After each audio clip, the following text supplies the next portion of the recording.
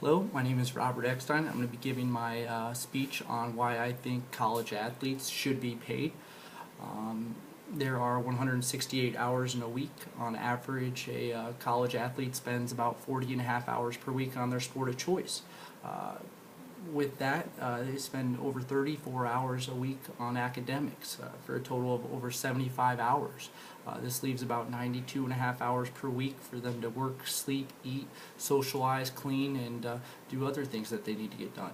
On average, a student might have a part-time job that takes up to another 20 hours a week. With this, it's required an athlete requires a minimum of about 8 hours of sleep per week, per day, which would come out to 56 hours of sleep per week, not leaving much time for them to get things done that they need to get done. With these two factors calculated in, it leaves the athlete with only about 16 hours per week, or about 2.5 hours per day, to complete their daily activities. The schedule does not even address additional demands placed on by their athlete, coaches, or teachers. This brings us to my burning controversial question: should college athletes get paid for their time?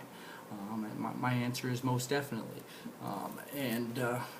In 2012-2013, NCAA made a total of $6 billion from ticket sales, radio, and television receipts, alumni contributions, guarantees, royalties, and the NCAA distributions.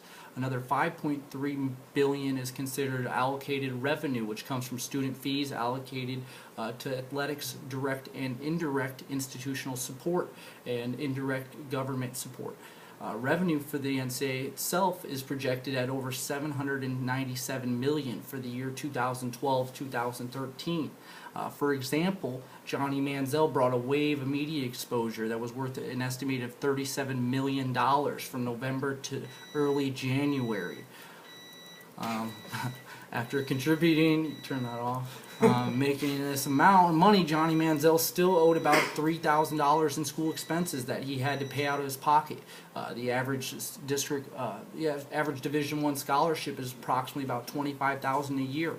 This may seem like a lot of money, but however, it only covers certain things, such as thousands of dollars in, however, it covers only the basics, and such as thousands of dollars in mysterious unknown university fees, tuition, housing, meal plan, and multiple $100 textbooks. As it turns out, the average all expense paid full scholarship doesn't pay all the full expenses.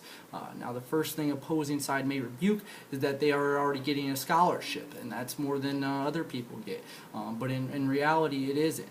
It's reasonable to suggest that athletes who are primarily responsible for generating the income are the ones that should be compensated for this.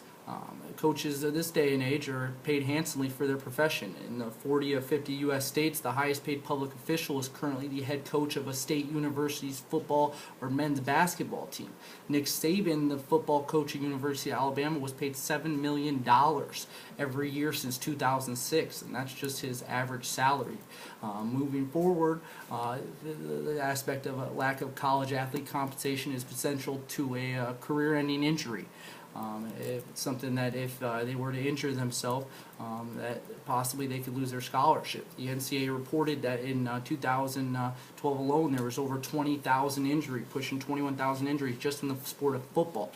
Sadly, there are no provisions in place to protecting a player from unanticipated medical bills, or prohibiting a coach from revoking a scholarship the year after recruits get injured. In regards to that, an injury would equal a loss of a scholarship, and then you'd lose your education, you'd incur debt, and then you lose your dream of being an athlete, possible professional athlete. The argument that is possibly long-term success and earning potential and compensation, for the risk they expose themselves to playing their sport of choice. In other words, you have to risk it to get the biscuit. An extreme solution would be for athletes to make a decision to boycott or go on strike. I personally think that paying college athletes would keep them to participate longer, maybe stay in school for another year. A lot of college basketball players tend to only play a year and then go to the NBA to earn more money and participate in they just do 1 year and then they're going to the NBA so that they could be paid. This can also serve as a huge potential. I think a more reasonable solution would be like a tiering level. Pay people basically X number of dollars per home run, per touchdown, per three-pointers. Something like this. I think it would be a huge incentive to push players to do their best. And even possibly what I think is maybe reducing coach salaries and maybe distributing the difference accordingly based on a percentage of the revenue of an individual player generates. Either way, I really do think that the NCAA needs to rethink their greedy ways to ensure that all college athletes are recognized and rewarded momentarily for the priceless contribution to dedication to the old ball game. Thank you for your time. You guys have a good one.